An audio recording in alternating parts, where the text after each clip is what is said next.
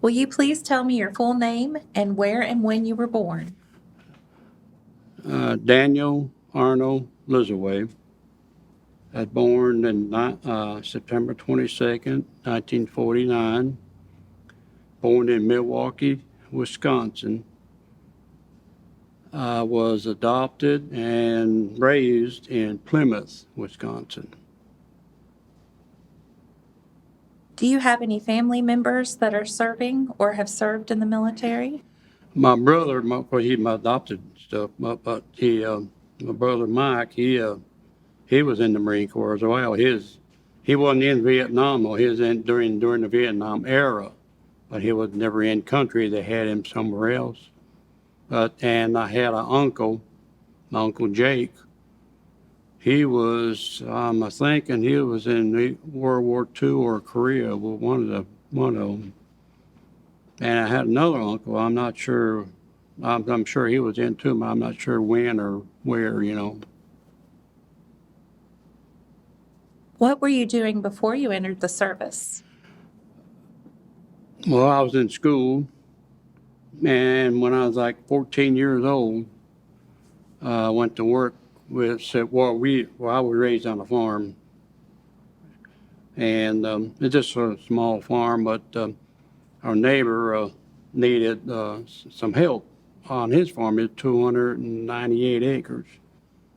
So Dad got me on up there, and the very first thing I done, he puts me on a plow out in 40 acres, tractor. He said, "There you go, drive and plow." So I got my first crash, whatever you call it, plowing a field. But I enjoyed it. I mean, I worked for him for up until the time I graduated. And he's a good man. Donnie Bemis, if I'm all right to say that, he was the one that I worked for. He's a real good man. He's done a lot for me. I found out later that if I hadn't gone into the service, that he's going to take me in as partners with him on his farm. But obviously that didn't happen. What motivated you to join the military? What motivated you to join the military? Well, for one thing, I knew I was going to be drafted. Because, and plus, too, at school they had a career day, and they had all the branches of the service there. And this will be a good one. But the reason I liked the Marine Corps was their uniforms. I liked the uniforms. And how snapped to it was. I mean, that depressed me. It really did. And so, I mean, I was 17, wanting to sign up. And that they had what they call a 120-day delay program. That means you've got to stay in school and graduate before they'll let you in. So that's good incentive right there, But I'm starting to lose track here. Oh yeah, at first Mom wouldn't let me because she didn't want to see me go. But I said, "Mom, the draft's going to get me anyway. Let me go now where I can choose where I want to go." So we went ahead and done that, and I got into boot camp, and about 2 weeks while I was in boot camp, Mom sent me my draft notice. drill instructor asked me what I wanted to do. I said, well, I'm already here. It'd be foolish to go somewhere else. And he just winked at me. He said, smart move, son. And he look over me a little bit if I start forgetting a little bit, and I'm trying to remember everything. What happened when you departed for boot camp and during early days of training? I'm sorry. What happened when you departed for boot camp and during your early days of training? When I departed boot camp. Departed for Oh, boot for camp, boot when camp. you headed to Well, boot matter camp? of fact, tomorrow, the 23rd, is my anniversary, if you want to call it that, when I left for boot camp.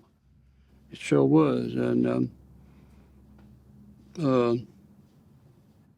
I just, my mom and dad took me, I had to go, they had to take me from Plymouth to Milwaukee to get on a bus. And then everyone that's going to boot camp had to, we all had to get together, and then we went to the airport, and then that flew us out to San Diego. And the reason we went there, I found out later that everything that's supposed to be west of the Mississippi went to California. And everyone else, not just the Marine Corps, and everyone else went to Camp, there I go again, forgetting again. Not Camp of June, but help me out here. Well, it'll come, mate. I'm sorry. I'm sorry about that. It's memory comes and goes. Sometimes my train jumps track and don't want to get back on right away. See, my brother, he went to boot camp over there too, and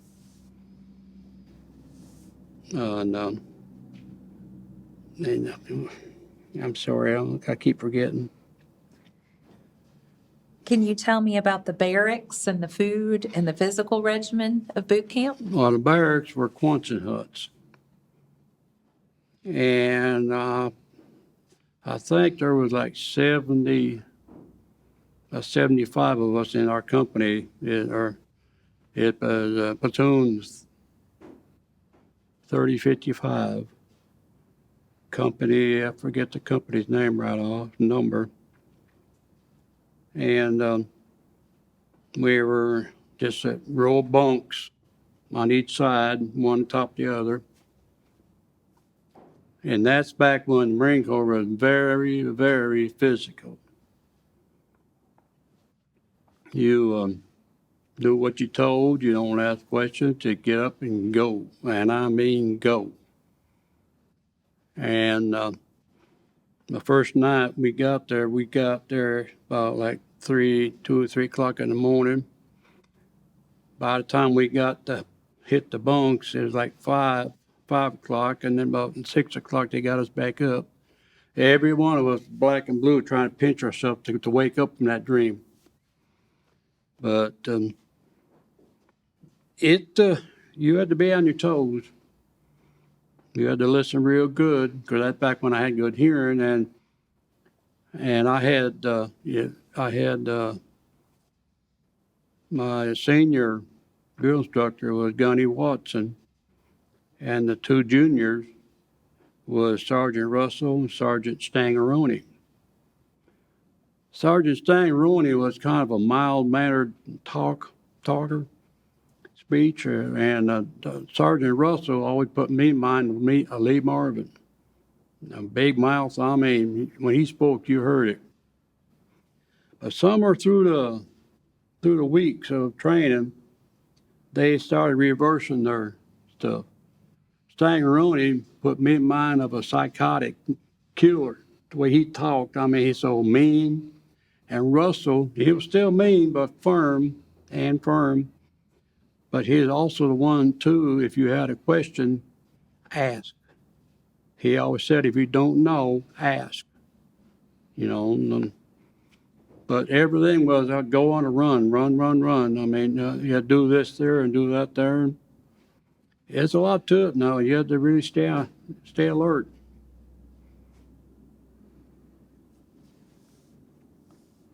Did you have a nickname? Yeah, one of the other guys, a friend of mine from Racine, Wisconsin, was on the bus with me, and he called me Diesel Dan for whatever reason. I don't know. But he called me that. Well, that didn't last long. When we got the boot camp, he tried calling me that there then, and he got put down real quick. Said, "There's no nicknames here. Just," well, we went by our last name more than anything. That Lisowe, you know, that's more or less your nickname. Where did you serve? Vietnam, yeah. We left the stateside, and we got up pretty far, and we noticed that the plane was making a turn, and we went to Okinawa. We had to spend a few days there because Da Nang was being shelled real bad. The tarmac was tore all to pieces. Helicopters were the only thing could get in and out of there then. So we stayed at Okinawa for quite a while. I can't remember exactly how long, 2, 3, 4 days, whatever it was. And whenever they got things lined out there on the runway there at Da Nang, well, then that's when we loaded back up and went over there. And one thing I'll never forget is the smell of that JP4, that jet fuel. That stuff has got a smell all its own. Anybody will tell you that.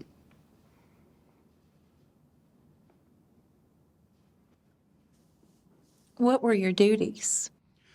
My MOS was 3500 motor transport, but when we wasn't doing that, we were doing everything else too. I mean, we were trained to do everything. I mean, we had spent guard duty, and I was also a mail orderly. I had to go pick up the mail. I had to go to Da Nang, pick up the mail, bring it back. And like I said, we'd done a lot of guard duty, and I was a driver for a tank maintenance crew. And I started out at Dong Ha. They had a place up there. And we went out different areas. We went up to a place called Charlie 2. And we started getting shelled up there. And that was my first incident of being, hearing that stuff.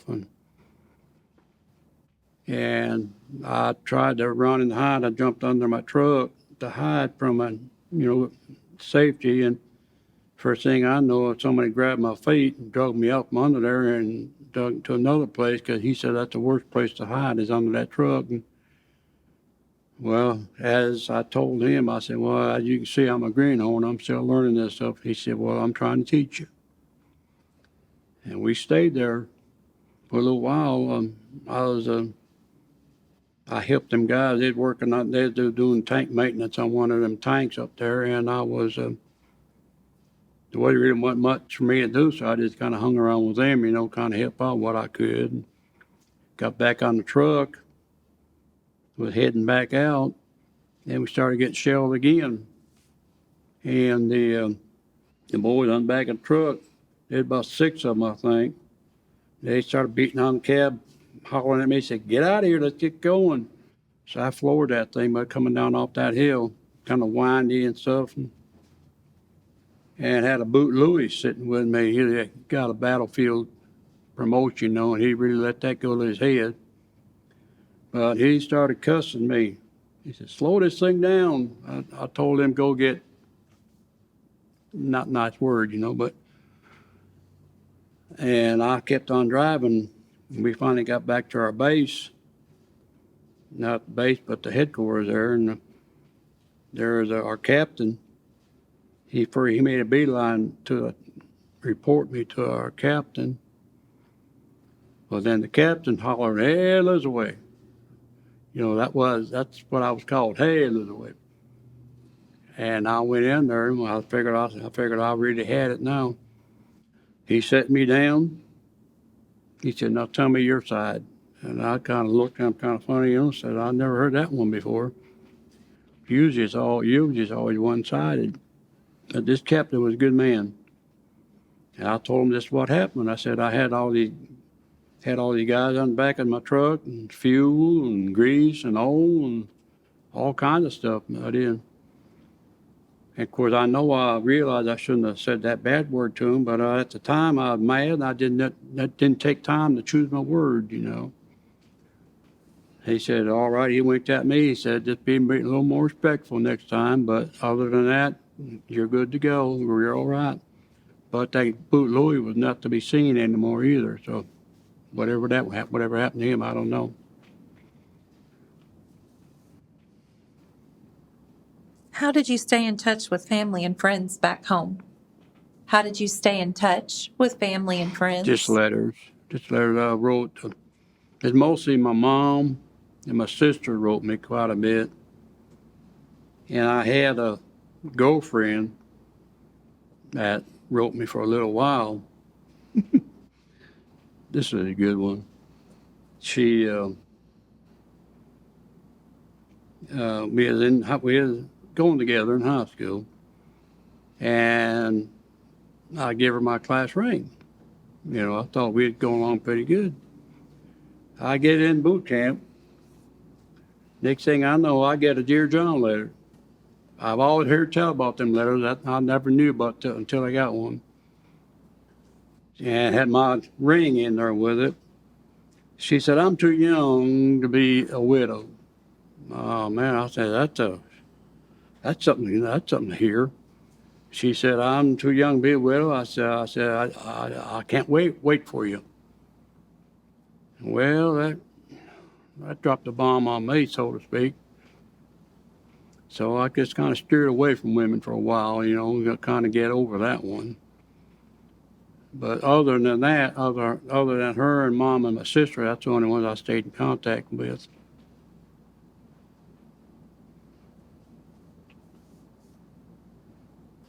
Would you tell me about a couple of your most memorable experiences? Well, that one was right, one of them right there. I just said. But there's another one. We was at Dong Hong. There's about 5 or 6 trucks. I was the lead truck, and it's going to be an open convoy.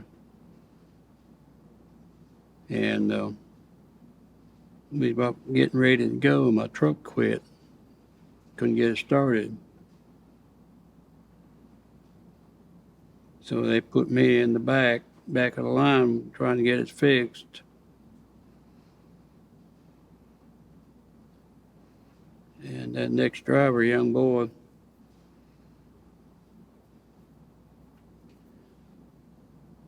hit a landmine. Killed him. I never could understand that.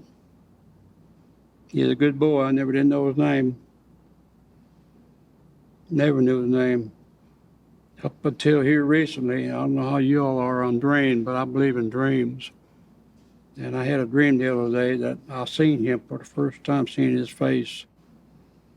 Still don't know his name. He's just a young boy like me, just 18-year-old. Yeah. I mean, it's a good thing you all are doing here, because kids nowadays, they need to know. And a lot of kids they ain't got the first clue about war. They don't know the first thing about it. All they want to do is get out and have fun, get in trouble, and complain about their rights. And they ain't got a first clue how they even got their rights. But I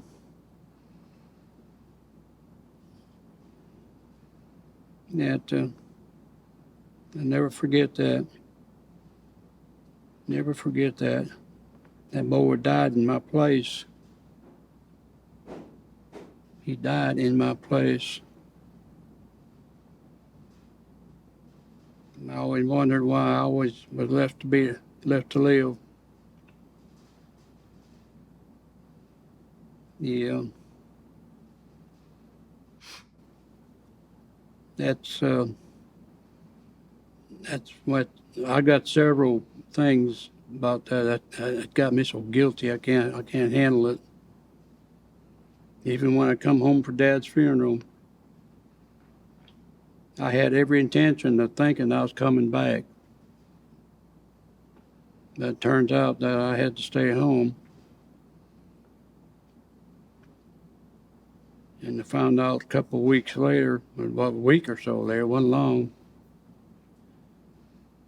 that where I was stationed at Quang Tri Province, is right across the road from a CB battalion. They got overran by Charlie, and intense casualties. I could have went back. I should have went back. Maybe I could have done something, helped out, made a difference. I don't know. I feel so guilty over that. I can't handle it. I can't forgive myself.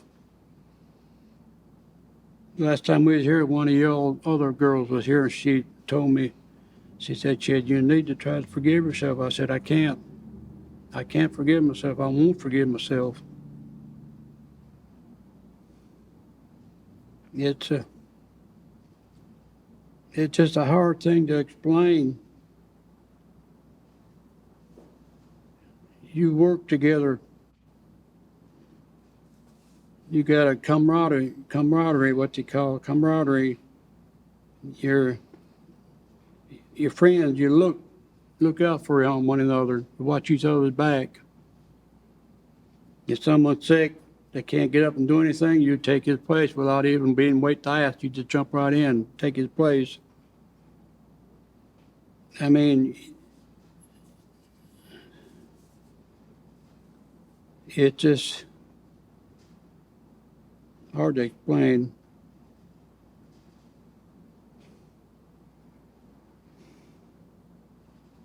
Would you tell me about some of the special people you met?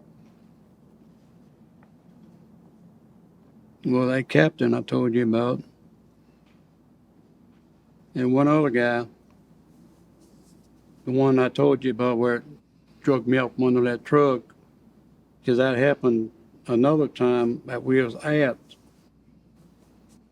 that headquarters where we was at for the tank maintenance crew. And I didn't know it at the time, but about a half a mile or so from us, there's an ammo dump. And also, we were, I forget how many clicks we was from the DMZ, but there was shelling and shooting going on all the time over. You can hear it. And some of them, I don't know how they sneaked over, but they shelled that ammo dump. I mean, it's complete chaos then. But this boy's name was Hightower. That's the only name other than the Marine Corps. I mean, other than the drill instructors. That's the only name I remember is Hightower. Tall, fair-skinned, kind of like red hair, kind of. And he was in country quite a bit longer than I was, so he kind of helped teach me the ropes. And he really helped me out. And it really saved me a lot of time there, because there was one other time we had pulling guard duty for the Seabees, and they decided to send some of us out on a recon. And it's a moonlit night, so it wasn't real dark. And then we run into some noise, and next thing we know, had a little firefight going. Me, I was scared to death. I didn't know what to do. I got face to face with one of them in the VC. And I could tell he was scared too, because me and him, we just stood there stared at each other. And Hightower come up from behind me and shot him. I looked at Hightower, I said, man, does it get any easier? He said, no, it don't. These guys that says it's easy, it gets easier, he said, be careful of them, they're psycho. They want to kill people. But it just, it just seemed like it took forever. We was out 3-4 hours, all that going on, and finally calmed down somewhat, and we made our way back to the CBs. And one of the other guys that was already there sleeping, he heard us walk in, and to tell you how bad that stuff gets on you, that bull was sleeping with his weapon. And when we walked in, made a little bit of a noise, I did, and that Hightower told me, he said, get down, get away. That guy jumped up on me, started shooting. He opened up all around that tent before he realized what he was doing. And Hightower told me, he said, right there, that's what'll happen to you. It will get to you. Sooner or later, it will get to you. Because I even done the same thing once. I was real bad, sleepy. I didn't get a chance to rest at all. And me and a couple other guys was sent to a little place called Fawbush, to full guard duty. And I was sitting there fighting, trying my best to stay awake, but I did nod off. I nodded off like that. Next thing I know, I felt something job me in my back right here. I whipped around with my weapon, pulled the trigger, and it went click. And when I really realized what I was doing, I'm the officer of the day. He was staring down the barrel of that weapon, M16. He was staring down the barrel of that thing. And I mean, if that thing hadn't missed far, I'd have killed him right there. And he's the one that put me on guard duty. And I tried to tell everybody that I was so sleepy I couldn't wake up, can't stay awake for whatever reason it was. And anyway, he tried to get me rolled up over that. But there's another captain. I mean, it seemed like it. He's just like that other captain, nicest people I've ever seen, good, understanding. And I told him what happened. I said I couldn't stay awake. I'd done everything but smoke, and you're not allowed to smoke. Every time you light, you have to make sure you cover everything up, because in the dark of night like that, you'd be surprised how that little bitty light can be seen way out yonder somewhere. And that'll be a clear target for them to hit you. So, I mean, just different odd things like that, it happened to you. Of course, I know I've never seen the worst of everything. But it's bad for me, though, I'm telling you.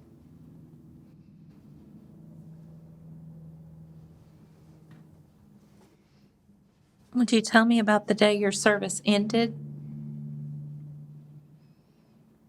Well, that was when I went home. Well, that day I was at Quang Tri Province. It wasn't Quang Tri City now, it was Quang Tri Province, like out in the rural area, kind of. And I was doing the mail orderly thing, and I was come back with the mail. And then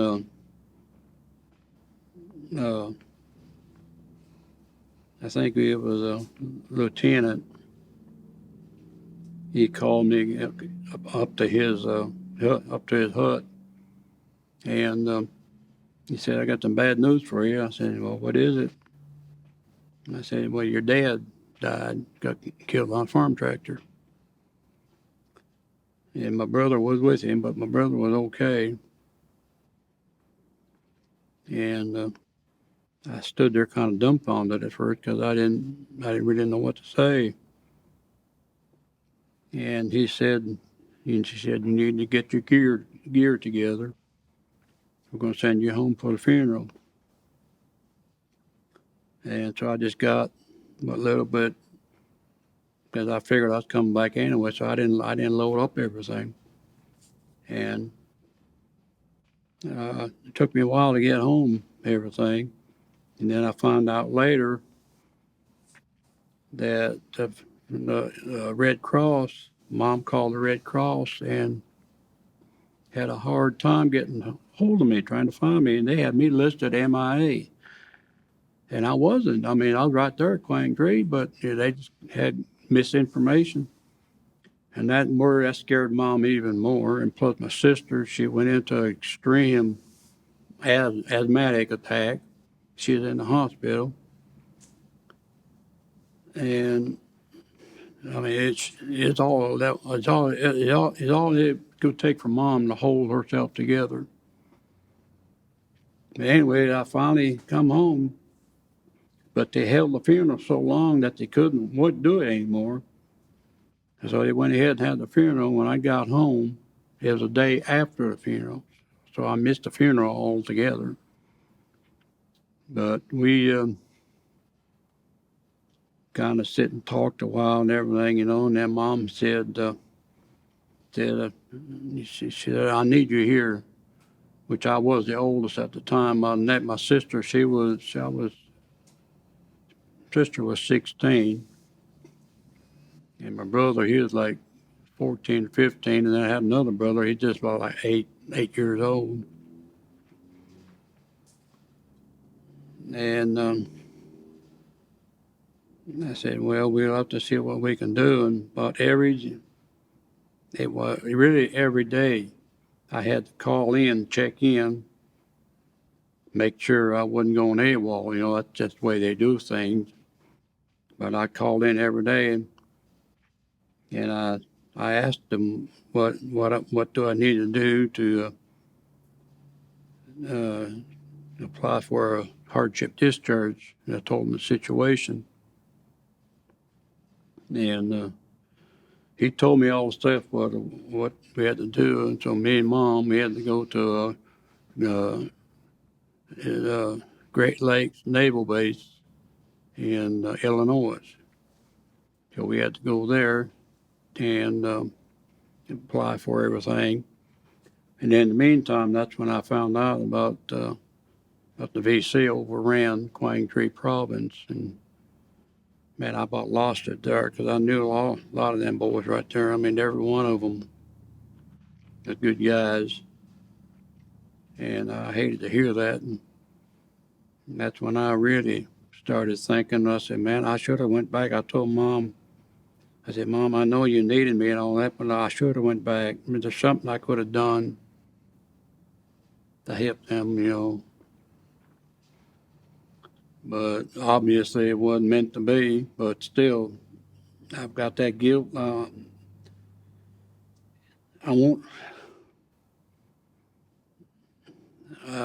always have it.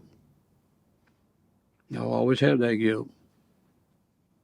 But the weird thing about it is, my stepson Wes, it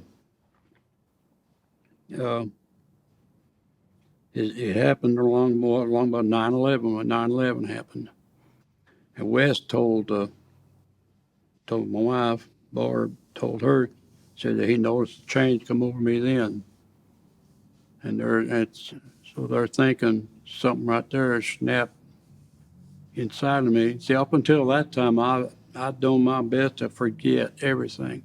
I didn't want to remember nothing. And I couldn't tell you anything until I got with, 9/11 happened and all that. It seemed like something just unlocked everything in me. I mean, watching MASH on TV used to be my favorite show, but I can't stand to watch it now. Showing them wounded boys on there and stuff. And I just can't, anything kind of military, I can't watch it. It just gets to me.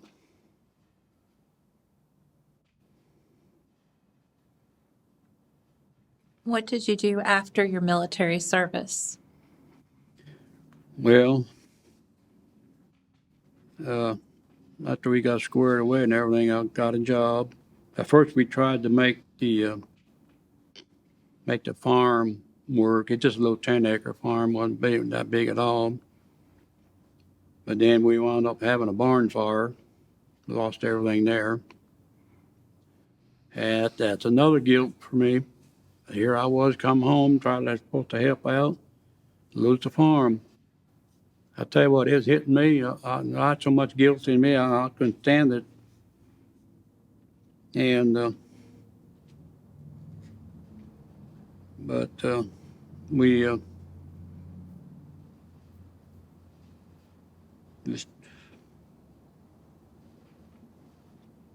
just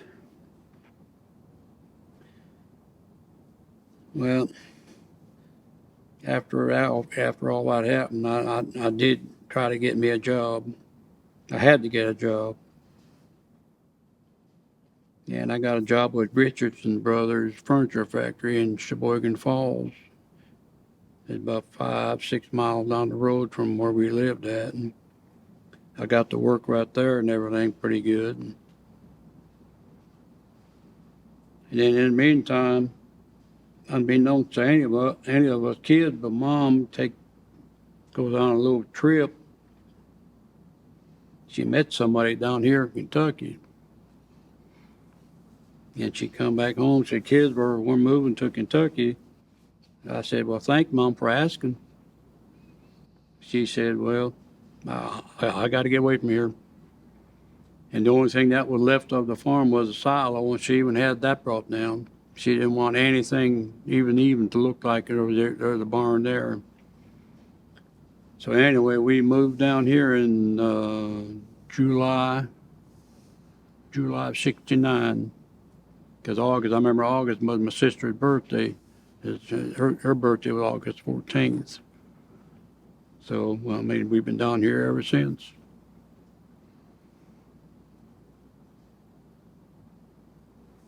Have you remained in contact with or reunited with fellow veterans?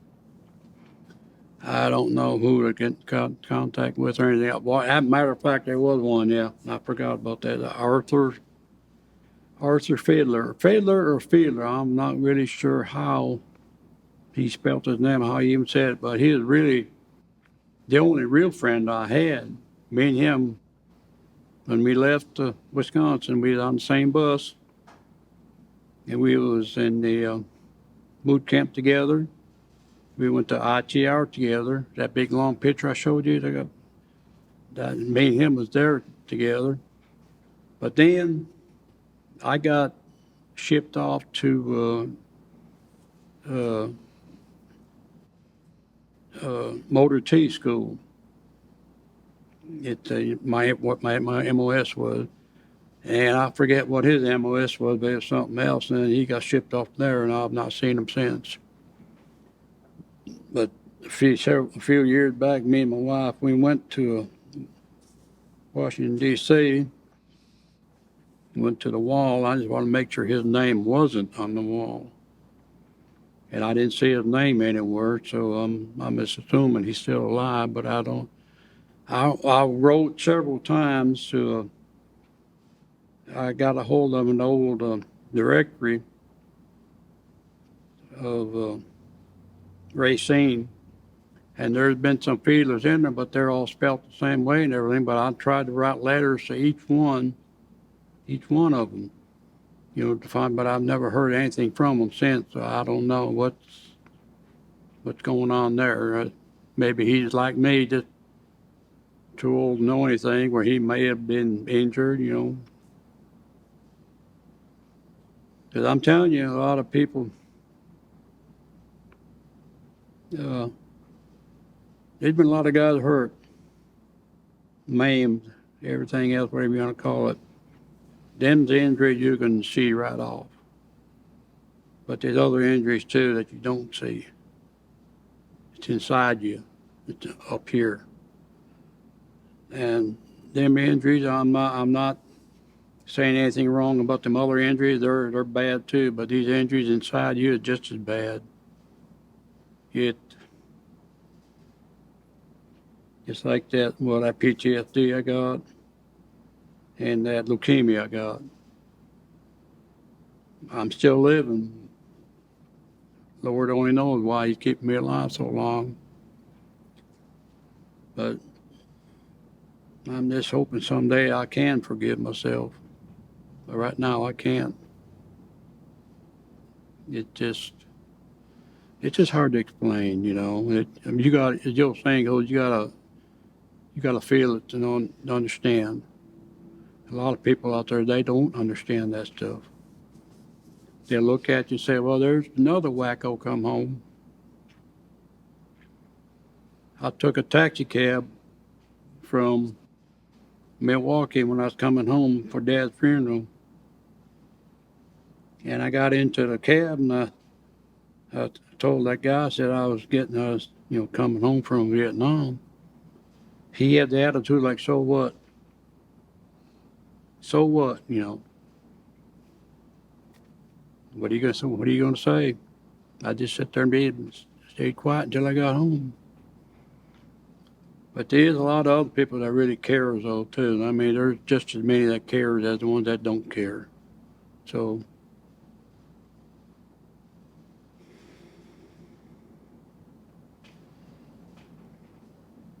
hope I'm not jumping around here too much on you. Are you a member of any veterans organizations? Yeah, I mean, I don't attend any of the meetings, but VFW, I support them every month. DAV, Wounded Warrior Project. Well, that's the three military. I got the other two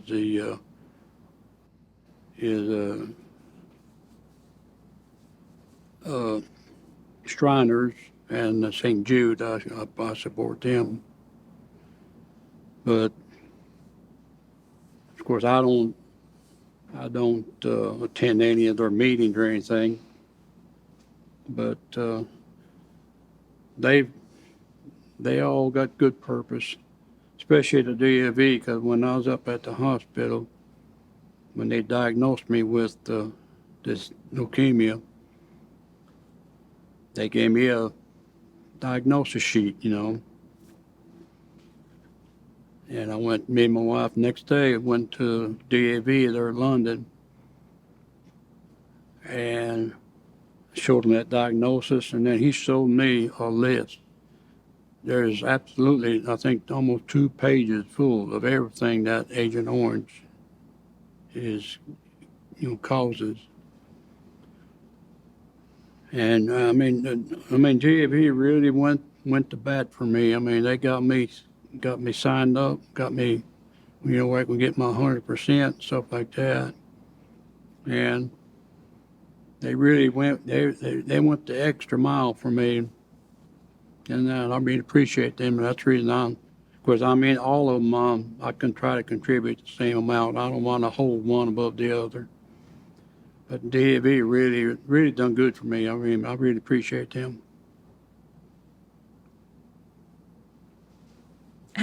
Excuse me, how did your military experience affect your life? How did your military experience affect your life? Well, I learned more discipline. One thing I learned more than anything is discipline. And even sometimes you want to fly off the handle when somebody gets mad or something there. Stop, take your breath, and study it over before you start flying off the handle. Find out why they're mad at you. Stuff like that, And take responsible. If you got any responsibilities, take care of them. Don't expect someone else to do it. Because, I mean, it's important. A lot of guys think they're a big, bad, tough man and everything, but when the going gets down, they expect someone else to take care of their responsibilities. And I don't believe that. I mean, if I'm just like making debts, children, stuff like that, I mean, if you're involved in all that stuff, you need to do it. Take care of things. Don't expect everyone else to do it. I mean, the Marine Corps taught me more than what they realized. They really did. But respect, honor, trust, I mean, all that stuff goes together. It's all important. And the Marine Corps has really, really, really showed me different things. And I'm trying to live it. I don't try to keep a lot of guys. I know one guy, I'm not saying names or anything, but he run his home life just like the military. I mean, he was too rough on them kids and everything. And I'm not like that. I just want to make my kids understand that if you got responsibility, if you got something to do it. If you need to borrow something, borrow it, pay it back. I mean, if you can't pay it back, tell them. Say, hey, I can't right now, but I will. Just don't write it off and say, well, that's okay. They don't need it anyway. Different things like that. I mean, you need to take care of your business, and that's what's wrong with this country. I mean, I hope I'm not getting in trouble for this, but that's what's wrong with the country. They're giving too much stuff away. I mean, I can see why nobody wants to work. I mean, the government's giving it to them. Why work money when it's given to you? I mean, I appreciate my country. I really do. I would, if I had to do it all over again, I'd do it. I'd do the same thing. I'd go back over there. But it's the people that's running it. They need to sit down and take inventory of what they're doing to them and doing to us. The kids need to get out and work. I mean, when I grew up,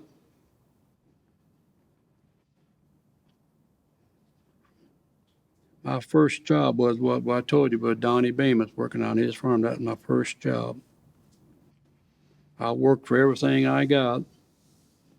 I bought a 55 Chevy. I mean, I paid $75 for that car. A good little car, buddy. And Dad found out about that. He said, how'd you do that? See, at that time in Wisconsin, you had to be at least 21 to buy a car, and I was 16. And he couldn't figure out. I said, Dad, I need a car, and I need it, and I don't want to borrow it from you. I need to buy it myself. See, he's another one that's really taught me the importance of working for what you want. The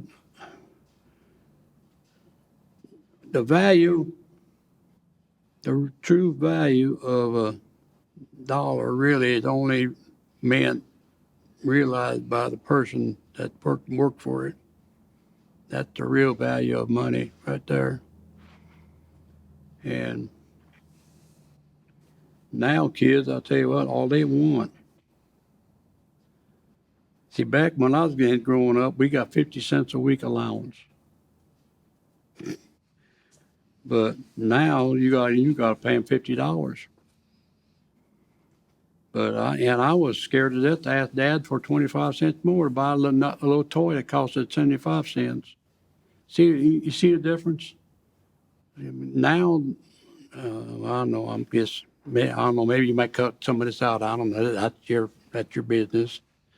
But I'm just saying, Marine Corps way ain't the military way. Is to learn respect, do what you're told to do, honor, duty, honor, and commitment. That's the Marine Corps way.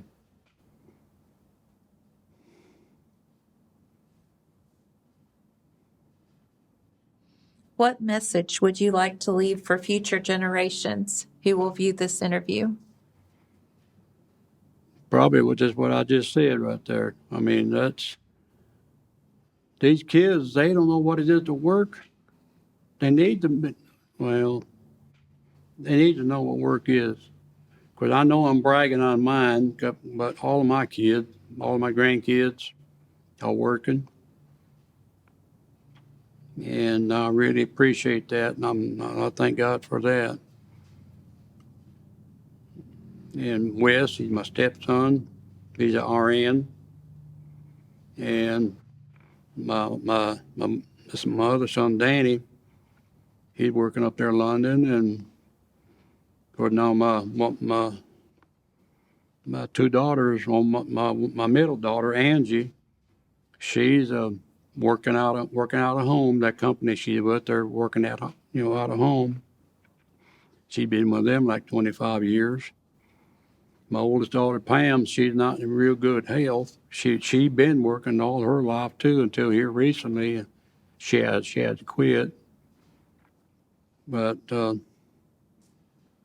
mean, I'm thankful for that, because there might have been something I might have said or done or whatever, caused them to want to work. But they're good kids. I mean, I gotta give them 100% brag on that. And I wish all these kids out there were like mine. Is there anything you feel that we haven't discussed that you would like to add to the interview? Well, just that idea, that guilt problem I've got. I just had. It's something. It's almost like a cancer, I guess you might want to call it that. It just gnaws at you. Sometimes I'll go for a while and not think nothing of it, and then other times I'll be on my phone. I do a lot of YouTube stuff, and there every now and then I'll see a military song in there or something, or I'll listen to it, and then I'll start thinking back about that boy.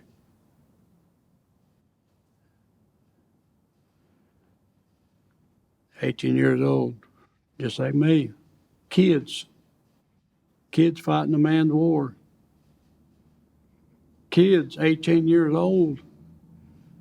In Wisconsin, I don't know what it was here. In Wisconsin, you had to be at least 21 to drink. You had to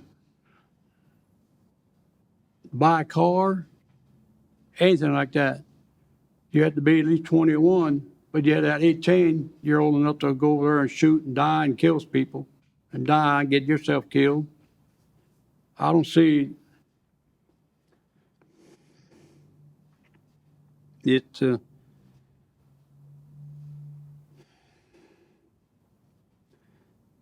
I'm sorry, but it's just, maybe someday they might learn, but I doubt it. This world that men have known war from since day one. There'll always be war on this planet, on this earth. Always be war. But the people that really suffer the most are your children. There's a lot of children growing up without a daddy. A lot of children growing up without a mommy. You'd be surprised the number of women that died over in Vietnam. Nurses. I mean, my hat's off to them girls. I mean, they pretty much seen it all. People don't realize, at all what it is to be a nurse over there. This one girl talked one time, this nurse, this boy, hurt, trying to hold his arm on, just barely hanging there. Them girls, they seen more than we've ever imagined. It's Well, war is hell. I'm excused about me for saying that, but war is hell. All the time making newer weapons to kill somebody. Napalm. I don't know if you ever heard of napalm or not. That's what they used over there. It's like an incendiary. You shoot it out. When it hits, it's loaded with a gel, acid-like gel. And when it hits the ground, it sprays out. And they show pictures of those little kids. You get that stuff on you, it'll burn right to your bone. You can't wipe it off. It's a gel that sticks to you. America making stuff to kill people. Why does this have to be? I don't understand it. I don't understand it one bit. Maybe one day we might. But I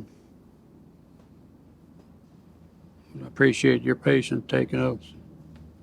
I appreciate that. I just hope I said something that would help somebody out there. I don't know if it did. We appreciate you. Thank you.